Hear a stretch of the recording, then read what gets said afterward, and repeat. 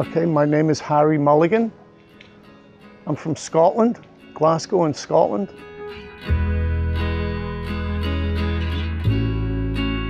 Okay, I suppose in my late 20s I started to think about people a lot. And in 1991 I decided to go back into education. I received an offer from the University of Bristol, which is part of the Russell Group of universities, sort of like the British Ivy League. And I studied a joint honours Bachelor's of Science there in psychology and sociology, with biology as a subsid. So a lot of the courses that I did in that degree were quite clinical. So that's how I started.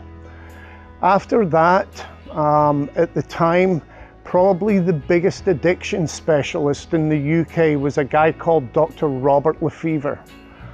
And Dr. Robert was treating lots of different people from media and film and TV.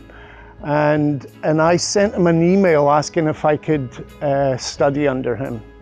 And so I was taken into an organization called Promise at the time, and I trained as an addiction therapist under him, which was probably the best grounding that I could have got in applying the things that I had learned on my degree. So I worked for him, and that's how I became an addiction counselor.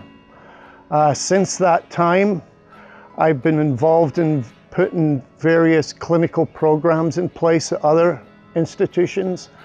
And most recently, in the last year, I've been working at the Kustnacht practice in Switzerland as a case manager prior to coming here to Dara.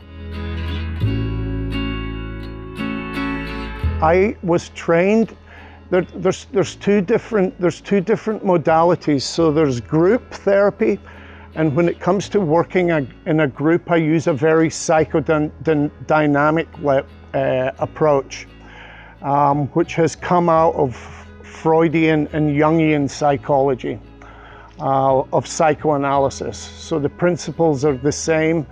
You're working with countertransference and transference. That's probably the most dominant approach that I use in groups.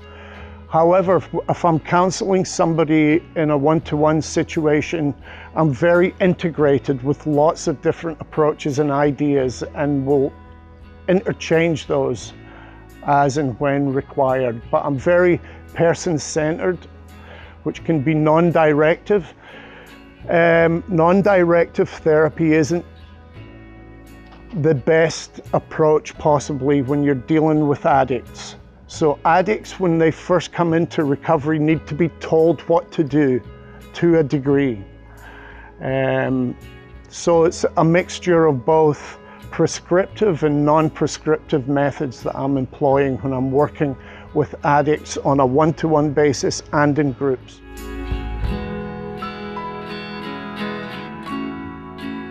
So if I'm speaking to somebody who's exploring the idea of having to go into rehab or to treatment, I will explore what their fears are, and I will try to alleviate their fears and reduce their anxiety about it, because it's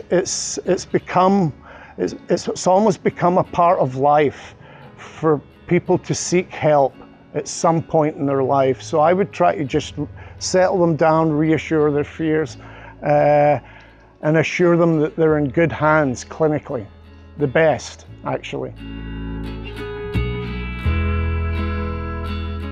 A lot of things. At the moment I'm doing a lot of diving, so I'm doing stuff around getting my dive master. So at the weekends when I'm not working, I'm out there diving in the sea. But I do lots of things, from playing music to going to see music, going to the theatre, reading, exercising, lots. Meditate.